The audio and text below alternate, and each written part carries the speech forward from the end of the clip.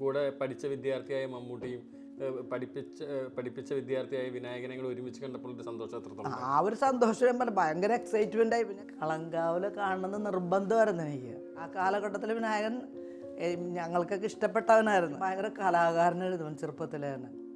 നമ്മൾ കാണാത്ത തരത്തിലുള്ള കലാപ്രകടനങ്ങളവൻ ചെയ്യുമായിരുന്നു. എപ്പോഴും ഞാൻ ഓർക്കണ ആ സീൻ, വായിൽ മണ്ണെണ്ണ ഒഴിച്ചിട്ടെ. വിനായകൻ എന്ന് പറയുമ്പോഴേക്കും ഞങ്ങളുടെ മുമ്പിലത്തെ കുട്ടിയാണ് അവൻ. അപ്പം അങ്ങനത്തെ ഒരു കുട്ടി പഠിച്ച് ഇത്രയും വലിയൊരു സ്ഥാനത്ത് എത്തി, ഇത്രയും മഹാപ്രധാനെ വളർന്നതാണോ ശരിക്കും പറഞ്ഞാൽ. അതിനാണ് അഭിനന്ദിക്കേണ്ടത്. അത് മനസ്സിൽ നിന്ന് പോകാത്തൊരു മുഖമാണ് അവൻ്റെ.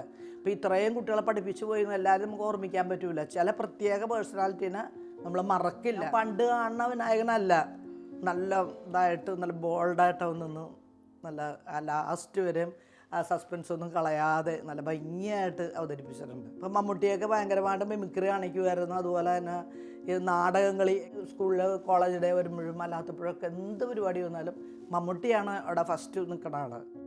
നമസ്കാരം നജ്മ ടീച്ചർ. ഇപ്പോൾ സോഷ്യൽ മീഡിയയിൽ ചർച്ചയായിട്ടുണ്ടിരിക്കുന്ന താങ്കളുടെ കുറച്ച് വാക്കുകളും കാര്യങ്ങളൊക്കെയാണ് സിനിമ കണ്ടതിന് ശേഷമുള്ള. കളങ്കാവൽ കണ്ടപ്പോൾ എന്ത് തോന്നിച്ചിരിക്കും? കളങ്കാവിൽ കാണുന്നത് നിർബന്ധമായിരുന്നു എനിക്ക്. ഞാൻ നേരത്തെ പറഞ്ഞിരുന്നു, മമ്മൂട്ടി ഞങ്ങളുടെ കൂടെ കോളേജിൽ അടിച്ചു പൊളിച്ച് നടന്ന ആൾക്കാരാണ്. അതിനേക്കാൾ പ്രത്യേകത വിനായകൻ എന്ന് പറയുന്നത് എൻ്റെ ക്ലാസ്സിൽ നിന്ന് പഠിച്ചവനാണ്. ദാറുലുലൂം ഒക്കെ ഹയർ സെക്കൻഡറി പുല്ലേപ്പടി, അതായത് ബാബു സേട്ടൻ്റെ സ്കൂളാണ്. അവിടെയാണ് ഞാൻ പഠിപ്പിച്ചിരുന്നത് 30 വർഷത്തോളം. അപ്പോൾ ആ കൂട്ടത്തിലുണ്ടായിരുന്നവനാണ് വിനായകൻ. എനിക്കൊന്ന് 89 SLC ബാച്ചായിരുന്നു തോന്നുന്നു. ആ കാലഘട്ടത്തിൽ വിനായകൻ ഞങ്ങൾക്കൊക്കെ ഇഷ്ടപ്പെട്ടവനായിരുന്നു. കാരണം നല്ല പഠിക്കുന്ന കാര്യത്തിലും ഒക്കെ അന്നൊക്കെ അവിടെ വരുന്ന ഇടത്തരം കുടുംബങ്ങളിലെ പിള്ളേരാണ്. അപ്പോൾ ആവറേജ് സ്റ്റുഡൻസൊക്കെ ആയിരുന്നു. പക്ഷെ ഭയങ്കര കലാകാരനായിരുന്നു ചെറുപ്പത്തിൽ തന്നെ. ഈ യൂത്ത് ഹോസ്റ്റലിൽ നാടകം കളിക്കാൻ, അതുപോലെ തന്നെ എൻ്റെ മക്കളൊക്കെ അവിടെ പിടിച്ചിരുന്നത്. അപ്പോൾ അന്ന് നമ്മൾ കാണാത്ത തരത്തിലുള്ള കലാപ്രകടനങ്ങളവൻ ചെയ്യുമായിരുന്നു. എപ്പോഴും ഞാൻ ഓർക്കണ ആ സീൻ, വായിൽ മണ്ണെണ്ണ ഒഴിച്ചിട്ടെ ഇങ്ങനെ തീ വരുത്തുന്ന, അതൊക്കെ ആദ്യം നമ്മൾ കാണുന്നത്. അങ്ങനെയൊക്കെ ചെയ്യുമായിരുന്നു. അപ്പോൾ ഞങ്ങളൊക്കെ തീരുമാനിച്ചു നല്ല കലാകാരനാണെന്ന്. പിന്നെ 10ാം ക്ലാസ് കഴിഞ്ഞ് പോയിട്ട് പിന്നെ അങ്ങനെ വലിയ ടച്ചൊന്നും ഉണ്ടായില്ല. അപ്പോൾ പിള്ളേർ പലതരത്തിലെ പിള്ളേർ എനിക്ക് തോന്നുന്ന ഒരു 30 വർഷത്തിനിടക്ക് എൻ്റെ സർവീസ് ഒരു 10-15 കുഞ്ഞുങ്ങളെ ഞങ്ങളുടെ കൈകളിലൂടെ കടന്നു പോയിട്ടുണ്ട്. അവർ പല പല സ്ഥലങ്ങളിൽ എത്തിയിട്ടുണ്ട്. ആരും മോശക്കാരായിട്ടില്ല. ശരി, വലിയ സമ്പന്നർ, കലാകാരന്മാർ, കച്ചവടക്കാർ, എഞ്ചിനീയർ, ഡോക്ടർ, അങ്ങനെയൊക്കെ. ഇവൻ ഈ കലയുടെ വഴിയിലോട്ട് തിരിഞ്ഞേക്കണത്. അപ്പോൾ ഇടയ്ക്കിടയ്ക്ക് ഓരോന്ന് കാണുമ്പോൾ വിളിക്കുവാൻ. അവനന്ന് അവാർഡ് കിട്ടിയപ്പോൾ വിളിച്ച് സംസാരിച്ച്. പിന്നെ അത് കഴിഞ്ഞ് പിന്നെ ജയിലർ, അങ്ങനെ നല്ല സിനിമകളാകുമ്പോൾ വിളിക്കും. അല്ലാണ്ട് വേറെ കോണ്ടാക്റ്റ് ഒന്നും എനിക്കില്ല അവനായിട്ട്. കളങ്കാവ് ഇങ്ങനെ കേട്ടപ്പോഴേ എനിക്ക് ഇൻട്രസ്റ്റ് തോന്നുന്നത്. ഞങ്ങൾ രണ്ടുപേരും കൂടെ ഒരു യോജിപ്പ്. അപ്പം പിന്നെ മമ്മൂട്ടിനെ കുറിച്ച് ഞാൻ പറയേണ്ട ആവശ്യമില്ലല്ലോ. കാരണം എത്രയോ ആളുകൾ പറയാനും എടുക്കാനും ഒക്കെ ഉണ്ടെങ്കിൽ ഞങ്ങൾ നല്ലൊരു കൂട്ടുകാരനായിരുന്നു. ഇവൻ ആ ഒരു കാലഘട്ടത്തിന് വ്യത്യാസമുണ്ട്. കാരണം അന്ന് നമ്മൾ കോളേജിൽ പഠിക്കുമ്പോൾ നമ്മൾ എല്ലാം ഒരുപോലെ നടന്നു വെച്ച ആളുകളാണ്. ഇപ്പോൾ വിനായകൻ എന്ന് പറയുമ്പോഴേക്കും ഞങ്ങളുടെ മുമ്പിലത്തെ കുട്ടിയാണ് അവൻ. അപ്പോൾ അങ്ങനത്തെ ഒരു കുട്ടി പഠിച്ച് ഇത്രയും വലിയൊരു സ്ഥാനത്ത് എത്തി, ഇത്രയും മഹാപ്രതിഭ മമ്മൂട്ടിയുടെ ഒപ്പത്തിനൊപ്പം ഭയങ്കര ഒരു എക്സൈറ്റ്മെൻ്റ് ആയിപ്പോയി. അതുകൊണ്ട് തന്നെ വൈകാണ്ട് പോയി കണ്ട് സിനിമ ഞങ്ങൾ. ടീച്ചർ എല്ലാ സിനിമകളും ഭയങ്കരമായിട്ട് ആക്റ്റീവോടെ കാണുന്ന ഒരു വ്യക്തിയാണോ? ആക്റ്റീവ് ഞാൻ ലൈവാണ്. കാരണം അങ്ങനെ ഇപ്പോൾ ഞാൻ റിട്ടയറായിട്ട് 20 വർഷമാകുമ്പോൾ. പക്ഷെ ഇപ്പോഴും ഞാൻ പുറത്ത് പോകാറുണ്ട്. ഞങ്ങൾ പല പരിപാടിക്ക് ഞാൻ പങ്കെടുക്കാറുണ്ട്. എനിക്കിഷ്ടമാണ് അതൊക്കെ. കാരണം ഞങ്ങളുടെ കുഞ്ഞുങ്ങളൊക്കെ ഈ ഗെറ്റ് ടുഗദറൊക്കെ വെക്കും, വന്ന് വിളിക്കും ഒക്കെ. നിർബന്ധമായിട്ട് പോകും ഞാൻ. കാരണം അതൊരു രസമാണ് പഴയ പിള്ളേർ അവിടം വരെ എത്തി എന്നറിയാൻ. പക്ഷെ ആ കൂട്ടത്തിലൊന്നും ഞാൻ കണ്ടിട്ടില്ല. പല പല ബാച്ചുകളിങ്ങനെ വന്ന് ഞങ്ങൾ പോവും കാണാം. അപ്പം നമുക്ക് ഞാൻ പോകുന്നത് എന്താണെന്ന് വെച്ചാൽ നിലപാടറിയാനാണ് കുട്ടികളുടെ. നമ്മുടെ മക്കൾ അവിടം വരെ എത്തി എന്നുള്ളത് കാണാനാണ്. അപ്പോഴേക്കും ആലോചിപ്പിന് വേറെ ഒരു കലാപ്രതിഭയും കൂടെ ഉണ്ടായിരുന്നു ഞങ്ങളുടെ സ്കൂളിൽ, വിഷ്ണു ഉണ്ണികൃഷ്ണൻ. അവരും ഞങ്ങളോട് പഠിച്ചിരുന്നവനാണ്. അപ്പോൾ അതും ഒരു സന്തോഷം കാണുമ്പോൾ ഇങ്ങനെയൊക്കെ ഓരോ ഫീൽഡിലോട്ട് ഓരോരുത്തർ പോകുമ്പോഴേ. പിന്നെ അതിനേക്കാളാണ് എനിക്ക് പറയാനുള്ളത് സിദ്ദിഖ് ഡയറക്ടർ. അത് ഞാൻ സ്കൂളിൽ ചെല്ലുന്നതിന് മുമ്പ് അവിടുത്തെ സ്റ്റുഡൻ്റ് അവൻ. പിന്നെ അത് കഴിഞ്ഞ് ഞങ്ങളുടെ സ്കൂളിൽ ഞങ്ങളോടൊപ്പം 4-5-6 വർഷം വർക്ക് ചെയ്തിട്ടുണ്ട്. പക്ഷെ നല്ല വെച്ചാൽ നമുക്ക് എനിക്ക് പറയുമ്പോൾ സങ്കടമാണത്. ഇത്രയും നല്ല ഒരു മനുഷ്യൻ എല്ലാ പരിപാടികളും ഞങ്ങളുടെ സ്കൂളിൽ വന്ന് പങ്കുകൊള്ളൊക്കെ ചെയ്യുമായിരുന്നു. അത് ഞാൻ ഇത്തരണത്തിൽ അനുസ്മരിക്കുന്നതാണ്.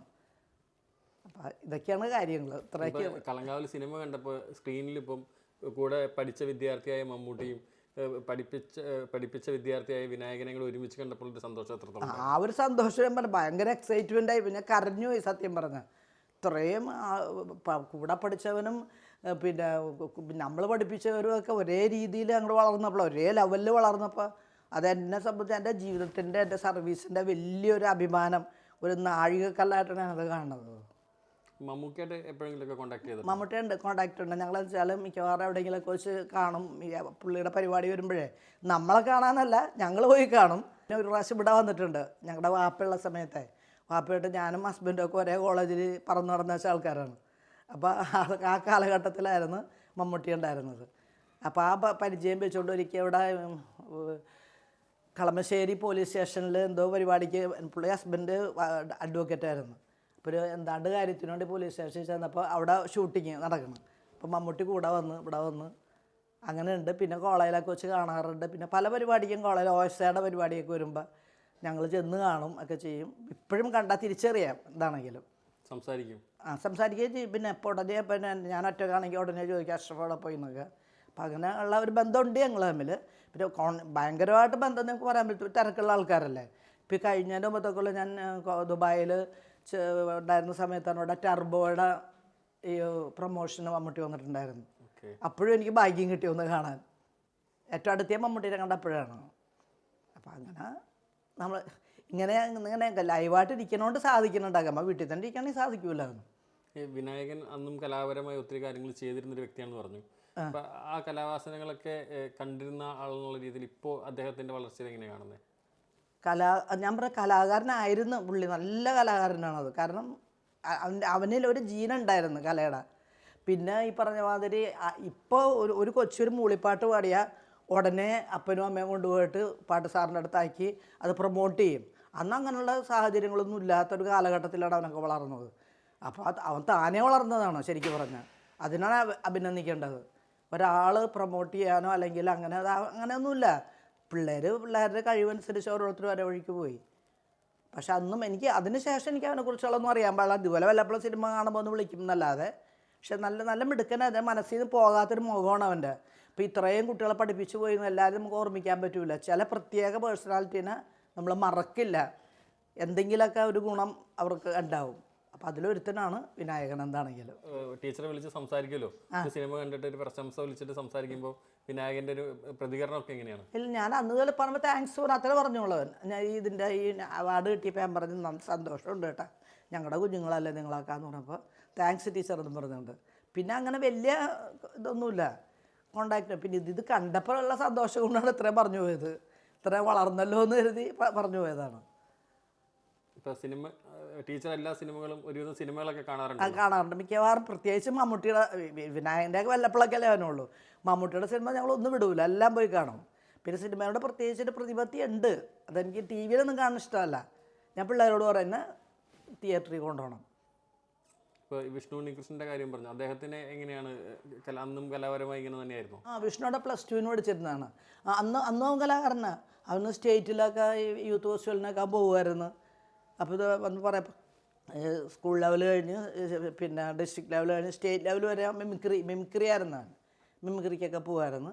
പിന്നെ അത് കഴിഞ്ഞാൽ വളർന്നവൻ സിനിമാക്കാരനായി, നടനായി, ഡയറക്ടറായി. അങ്ങനെ ബന്ധമുണ്ട്. വല്ലപ്പോഴൊക്കെ വിളിക്കും ഇതുപോലെ. ഇപ്പോൾ ഈ കളങ്കാവലിലാണെങ്കിൽ വിനായകൻ നായകവേഷവും മമ്മൂട്ടി പ്രതിനായക വേഷമാണ് ചെയ്തത്. അപ്പോൾ അത് സിനിമയെ മൊത്തത്തിൽ ടീച്ചർക്ക് എങ്ങനെ ഇഷ്ടപ്പെട്ടത്? സിനിമ എങ്ങനെ ഇഷ്ടപ്പെട്ടു? അല്ല, എനിക്ക് തോന്നുന്നത് ഇവൻ നായകനായത് തന്നെ നല്ലത്. മറ്റേ മമ്മൂട്ടി ചെയ്ത വേഷം ഒരു പക്ഷേ ഇവൻ ചെയ്ത അത്ര ആവുമെന്ന് എനിക്കറിയില്ല. അത് ഇപ്പം എന്താണെങ്കിലും ഇത് കറക്റ്റ് അവൻ ചെയ്തത്, കറക്റ്റായിട്ട് എനിക്ക് ഭയങ്കര ഇഷ്ടമായി. കാരണം ഞാൻ പണ്ട് കാണുന്ന വിനായകനല്ല. നല്ല ഇതായിട്ട് നല്ല ബോൾഡായിട്ട് അവൻ നിന്ന് നല്ല ലാസ്റ്റ് വരെയും ആ സസ്പെൻസ് ഒന്നും കളയാതെ നല്ല ഭംഗിയായിട്ട് അവതരിപ്പിച്ചിട്ടുണ്ട്. അതുകൊണ്ട് ഭയങ്കര ഇഷ്ടമായി എനിക്ക് നായകൻ. ഇപ്പൊ മമ്മൂക്കയുടെ കാലഘട്ടത്തിൽ പഠിച്ച് മമ്മൂക്കയുടെ കാലഘട്ടം പറഞ്ഞാൽ ഇതിലും ഭയങ്കരമാണ്. മമ്മൂട്ടിയൊക്കെ ഞങ്ങളന്ന് കോളേജിൽ ഞങ്ങൾ BA ഒക്കെ പഠിക്കുന്ന സമയത്ത് കോളേജിൽ ഒരുമിച്ച് വന്നതേ. അപ്പോൾ അന്ന് ഇതുപോലെ തന്നെ പുള്ളി ഭയങ്കര കലാകാരനിൽ നിന്നുള്ള ആ ഒരു ജീൻ ചെറുപ്പത്തിലുണ്ടെങ്കിൽ അവരെവിടെയെങ്കിലും അവർ രക്ഷപ്പെടും എന്നുള്ളതാണ്. ഇപ്പം മമ്മൂട്ടിയൊക്കെ ഭയങ്കരമായിട്ട് മിമിക്രി കാണിക്കുമായിരുന്നു. അതുപോലെ തന്നെ ഈ നാടകങ്ങളി ഒക്കെ ഉണ്ടായിരുന്നു. പാട്ട് എന്നാ പറയണത്, ഗാനമേള, അതുപോലെ തന്നെ ഇങ്ങനെയുള്ളതൊക്കെ അന്നും കലാകാരനാണ്. പക്ഷെ അന്ന് ഞങ്ങളാരും ആലോചിച്ചില്ലാണ്ട് മമ്മൂട്ടിക്ക് ഇത്രയും വലിയ ആളാവുന്നു. കാരണം നമ്മളിൽ ഒരാൾ അത്രേ ഉള്ളൂ. ഞങ്ങൾ ഒത്തൊരുമിച്ച് ഒരേ കോമ്പൗണ്ടിൽ കിടന്ന് കളിച്ച് പിന്നെ പറഞ്ഞ കയറി പോകണ്ടപ്പോൾ ഭയങ്കര സന്തോഷം. നമുക്ക് പറയാമല്ലേ, ഞങ്ങളുടെ കൂടെ ഉണ്ടായ ആളാണ്, ഞങ്ങളറിയണ ആളാണ് എന്നുള്ള അങ്ങനെ ഒരു സന്തോഷം. അതാണ് രണ്ട് കൂട്ടരിലും എനിക്ക് പിന്നെ സ്റ്റേജുകൾ തമ്മിൽ വ്യത്യാസമുള്ളൂ. അന്ന് ഞങ്ങൾ കുട്ടികളായിരുന്നു, ഇന്നിപ്പോൾ ഞാൻ ടീച്ചറായി എൻ്റെ മുമ്പിൽ നിന്ന് അവൻ പഠിച്ചു. എന്നിട്ട് അവൻ ഇത്രയും വലുതായപ്പോൾ അത് എനിക്ക് ഇനി പറഞ്ഞറിയിക്കാനില്ല, അത്രയും സന്തോഷമുണ്ട്. ഇപ്പോൾ ഈ അടുത്ത ദിവസം മനോരമയുടെ ഒരു പരിപാടിയിൽ വൈകാരികമായിട്ടുള്ള ഒരു പ്രസംഗമൊക്കെ മമ്മൂക്ക നടത്തിയിരുന്നു. എന്റെ മഹാരാജ് കോളേജിലാണ് എനിക്ക് മമ്മൂട്ടി എന്നുള്ള പേര് വിളിച്ചത്. ഇപ്പം ഇത് ഇന്നലെയും കണ്ടല്ലോ ഒരെണ്ണം വളർത്തിയത്. ശരിയാണത്, എല്ലാ സ്റ്റേജിലും അവനുണ്ടാവുമായിരുന്നു. കാരണം സ്കൂളിൽ കോളേജ് ഡേ വരുമ്പോഴും അല്ലാത്തപ്പോഴൊക്കെ എന്ത് പരിപാടി വന്നാലും മമ്മൂട്ടിയാണ് അവിടെ ഫസ്റ്റ് നിൽക്കുന്ന ആള്. ഞങ്ങളൊക്കെ കാണികളായിട്ട് നോക്കിയും കൊള്ളായിരുന്നു അന്ന്. ഇനിയും ഇതുപോലെ തന്നെ അടിപൊളി സിനിമകളൊക്കെ മമ്മൂക്കയുടെയും അതുപോലെ വിനായകന്റെ ഒക്കെ കാണാൻ സാധിക്കട്ടെ. അവർക്കും ദൈവം നല്ലത് വരുത്തട്ടെ. ഇനിയും കയറ്റങ്ങളിൽ ഇപ്പം ഞാൻ പ്രാർത്ഥിക്കുന്നത് 1000 കോടി ക്ലബിലൊക്കെ ഈ സിനിമ കയറട്ടെ എന്നാണ്. എന്നാലേ കഷ്ടപ്പെട്ടവർക്ക് പ്രതിഫലം കിട്ടണ്ടേ. അപ്പോൾ എന്താണ് നന്നായി വരട്ടെ, എല്ലാവരും നന്നായി കാണാൻ. ഇപ്പം ഞങ്ങൾ ടീച്ചേഴ്സിൻ്റെ മനസ്സ് അങ്ങനെയാണ്.